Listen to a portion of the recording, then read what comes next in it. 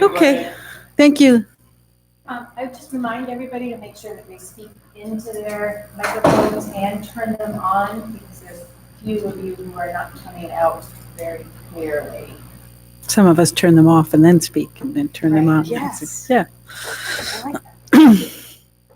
Okay, so the first item on our workshop is a local regulation of commercial marijuana activity and discussion of next steps.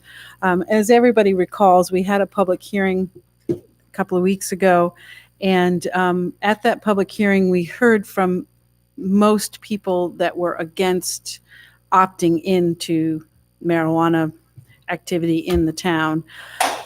So then we heard from some people that thought maybe they didn't want to be on camera.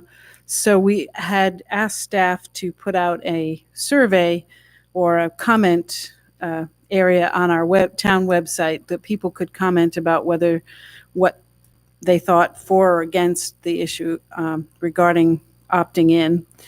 And as of July 24th, we received 25 emails saying no, they didn't want us to opt in. 14 emails saying yes, they'd like us to opt in. 4 that were mixed, a couple of jokes and a blank. So we received 43 complete responses.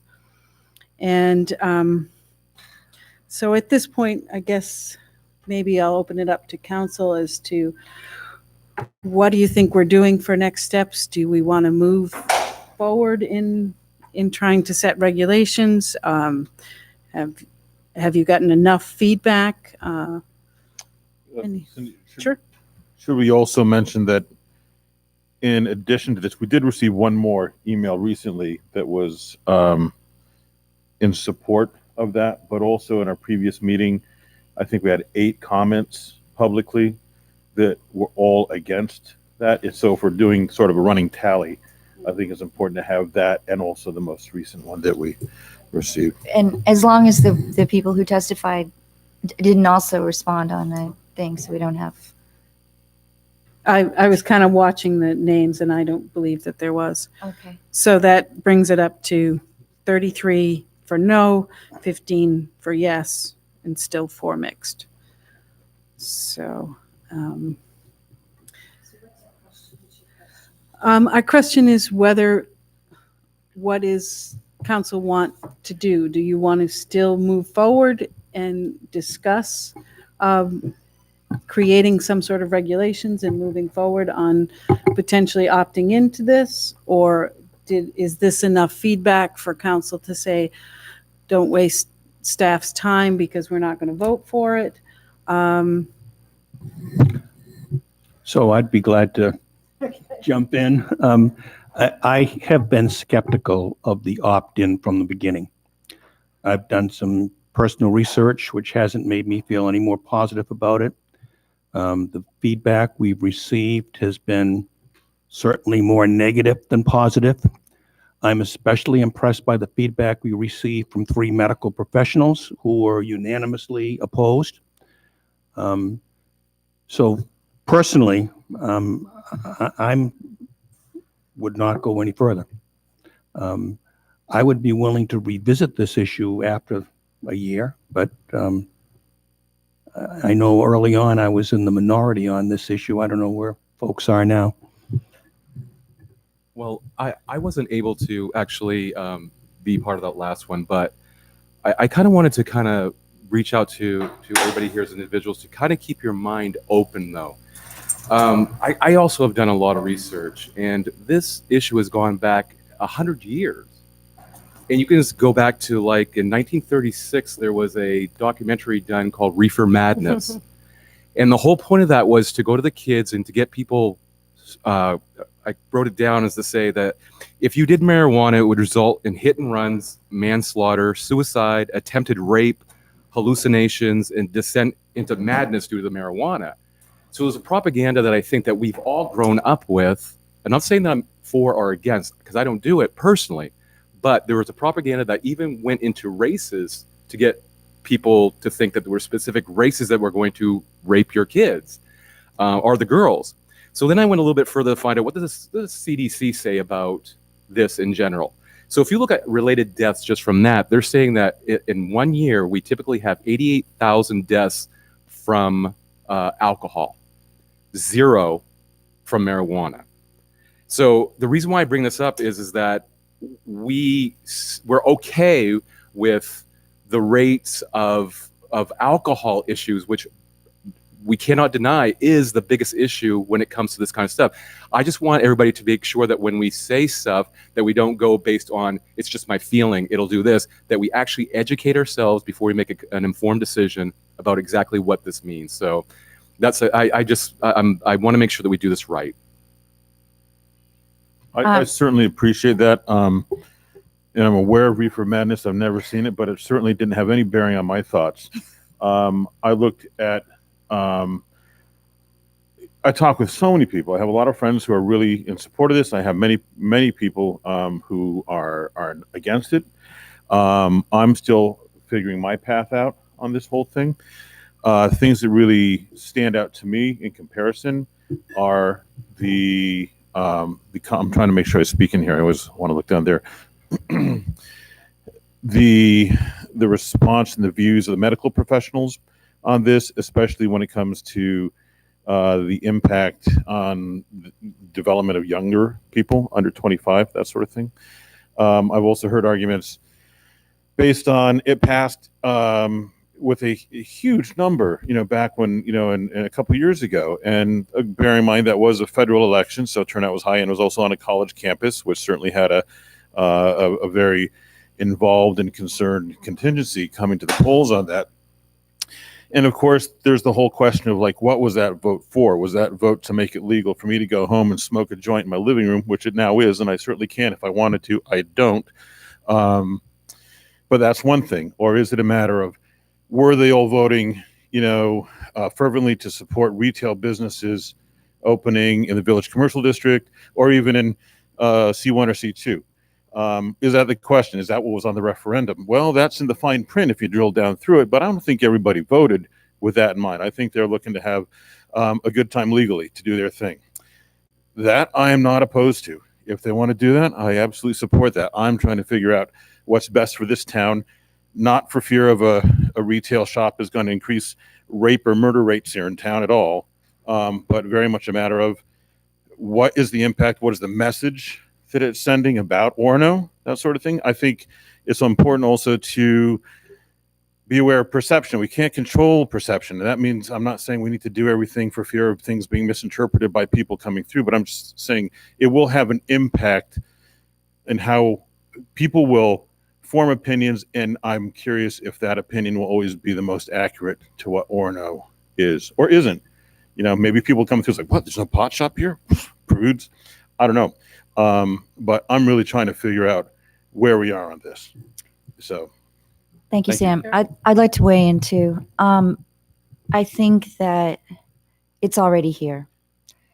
And my thought is that this is going to be an issue because the state of Maine has voted for legalization and decriminalization of marijuana. The state of Maine voted for it. I think we had a report from Kyle who said that most of the people that are visiting the medicinal marijuana dispensaries right now are older people, elderly even. I think is what we had discovered. And I think my personal opinion is that we should continue with the ordinances. We should continue to focus on best practice. I have every faith and confidence in this council. I think we are all respected in our community, and I think that we have the wherewithal to set some boundaries that will work for both sets of people. We certainly are not allowed to have by law anything in the Village Commercial District. So that's totally out. But I do agree that we need to have, it's an economic development kind of issue. And at some point, I think it's naive to think that it's never gonna it's never going to be here.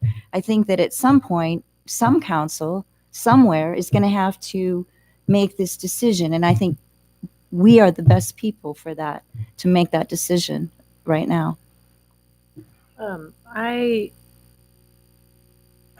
I was very interested to get this feedback and to be able to sift my way through it, because I mean, that's on a question like this, that's the thing I want to know first and foremost, isn't what I think about this, but what do people who live in this town think? And I think, I'm not quite sure I got the feedback that I wanted, but I'm not quite sure if it's possible to do that without taking a step forward in the process that we've been working through and asking more specific feedback that's based on something that the public has seen. So, I mean, just to touch on something you said, Sam, I think that Terry's Reefer Madness point is about cultural programming, and whether you've seen it or not, you are impacted by that film and other kinds of propaganda like it. It's okay. No, his point was what landed. So we're all impacted by this cultural kind of message that's been going on long before any of us were born about what it is and what it does. And that for me tied into a lot of the negative responses that were received. And you know, folks that have pointed this out are right. That was the majority of the responses. They were negative. However, when I was listening, I wasn't hearing those people answer the question that I wanted to get an answer to, which was, how would you feel about the retail establishments themselves, if there were design standards, the zoning? A lot of the people who gave negative responses were trying to litigate the legal point of whether it should be allowed or not. And the point of fact is it's law, and it is allowed. And so the responses of people who were wanting to sort of argue about whether or not marijuana should be allowed is beside the point for us in terms of the scope of what we're considering. It's allowed, and it's going to be across the town line in Old Town, and it's going to be across the town line maybe in VZ, it's going to be in Bangor, it's going to be here, whether we agree with it or not. So when I look at, okay, the majority of responses we received are negative, and a huge number of those responses weren't really responding to the retail question in specific, but a larger question of whether they thought it was appropriate for marijuana to be legal or in the town at all. That was the majority. However, the law passed. So that tells me there's something kind of skewed about the responses we received, that perhaps the people that did vote for that law weren't responding to our survey or coming into our meetings. So I'm interested in getting an answer to that specific question of, when it comes to design standards and zoning, if we're able to do it in a particular way. Because again, I believe it will be, if you dislike marijuana being around for all these, people made some very cogent, excellent points in their responses. It's going to be here though. So if we continue on this discussion we've been having in committee specifically about design standards and zoning, where could it be in the town and what would it have to look like? Because we've already heard, information from town staff that design standards and zoning have a lot to do with whether these problems of crime or seediness or what have you are part of it. So I'm interested in continuing the process because I want more information. And I think that it would be good to get, I think for me, more valuable feedback from the public would come after they had a chance to see more about the zoning and design standards question.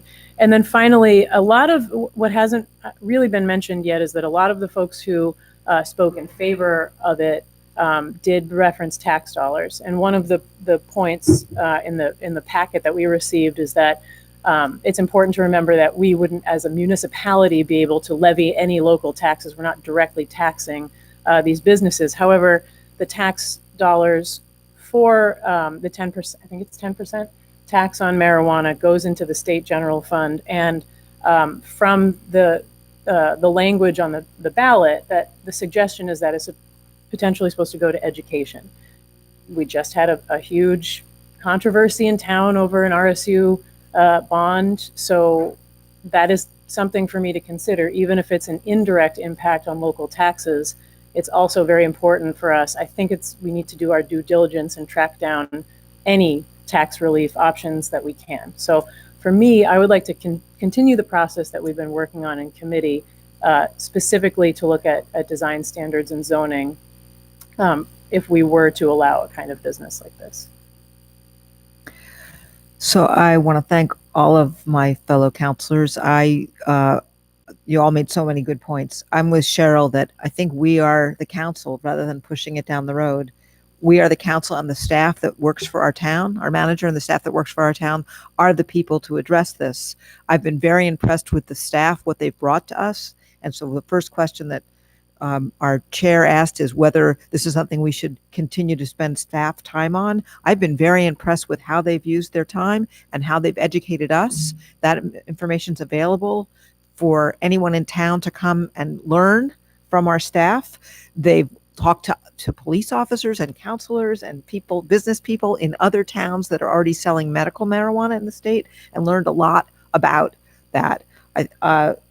Tom mentioned that specifically there were doctors who live in our town that were concerned about the increased hospitalizations. I have my best friend's parent who has medical marijuana legally, changed what medical marijuana she chose at the dispensary, and she ended up in the emergency room because it didn't sit well with her, whatever the ingredients were. So I'm sure that when you have a product that gets out into the public and it has some side effects, that hospitalizations increase, deaths don't increase, but certainly people might feel something different, racing hard or something, that feel like they're having some challenges. That's, I think, in large part, and I speak as a scientist who is in research, is that this has been illegal. And so there has not been legally anyone who's been able to actually do research to figure out what dosage it should be, and to do crop breeding, to figure out what the kind of things should be controlled and managed. And when we asked this general, how do you feel about marijuana? The people said, oh, I want to opt out because I don't want kids to be able to see a dispensary. But in fact, there are 4 different ways in which we as a town are going to be addressing this. There's retail marijuana sales. There's manufacturing. There's a research component, and there's agricultural. And that agriculture gets split down to whether it's grown in open air or whether it's grown into a greenhouse. And all of those are the things that our zoning we'd address in zoning. Do you allow this kind of marijuana business in this particular location? Since we are at the home of the flagship university in the state, and it's the land grant university, that it means that it is the university that does the agricultural research and also food science research. So when it becomes legal at the federal level, if we allow it in our town, then researchers could be attracted before it's legal to come to UMaine and have this be a component of their research. They have to make a special request to be able to do research on it here. But if we abdicate our responsibility to help this university grow and meet the needs of of this particular business, and it's a business like, it has things that many people don't like about the business, but indeed is a business. As far as the tax dollars, or if this encourages people to put in a business that wouldn't be there otherwise, so they take part of our agricultural land and improve that agricultural land to have a marijuana growing business, then that would increase our tax base because the value of that property would increase. So it's outside of the fact that money would go to the state and then come back through education. It does have a positive effect. We know that because now we're this hub for breweries, and with each brewery we get more people coming into town, and they're moving into properties that didn't used to serve alcohol, and those properties then are being improved and have greater property value. So I just want to support that. We're the group to look at it. Our staff are the people to educate us. I'd like to continue investigating and learn more. And as Megan said, drill down on these specifics of which places we would allow it. And then Cheryl mentioned something about not having it be it's not allowed in the village commercial district because of the distance to the schools, that our commercial district is right on top of our schools. And many of the negative comments were concerned about having our children walk past these businesses in the village commercial district. I'd just like to add, I think everybody's made great points. As far as the zone, from the school to the village commercial, it doesn't cover the whole village commercial, but what this council has talked about was just not allowing it in the commercial district or down near the library or near daycares, churches too, I think. It meaning retail sales. Retail sales. So, so council has already kind of thought that we would expand those areas already. So what I'm hearing is kind of five, I guess, 5-2 about moving it forward. An alternative that Sophie also brought up is potentially council could get it to a position that it could then go to public referendum in November. We'd have to look at the details about when council would have to have that done by, probably by October to get it on the ballot. But that's another option if council wants to. We'd have to have it done by September. So we would have to really make this a priority if you wanted it as a public referendum in November. So I guess, why don't I just kind of take a straw? Or is there anyone that disagrees with me that it's kind of 5-2 moving it forward? Oh, okay. Kyle, you still got work to do. So would it make sense? I mean, we've had quite a bit of conversation in sparsely attended workshops. But I think Kyle has a framework for concept at this point. Would it make sense for us to draft that into actual draft ordinance that we could bring forward at the end of September? Yeah, we're not going to make a November, so maybe March referendum, not November. I was a little ahead. Sorry, could you repeat your question again? She was wondering if you could now make the ordinance framework that we could then. Like actual draft, based on full the draft ordinance language. Yeah. Based on the concepts that we seem to have some agreement on. Yes. We could get a draft ordinance together by the end of September. Yes. Gives you time after your honeymoon, right? Right. Yeah, that was sort of the next step as to where it was going before this kind of break to receive comments. So that would be the next logical step if continuing for me. Yep.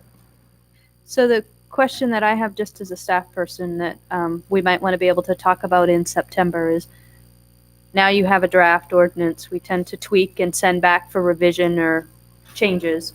But there are two pathways that you can take. One is to go through the public hearing process and finalize language and have council adopt it. The other is to go through a public hearing process and decide to send it out to referendum. Council always has that option.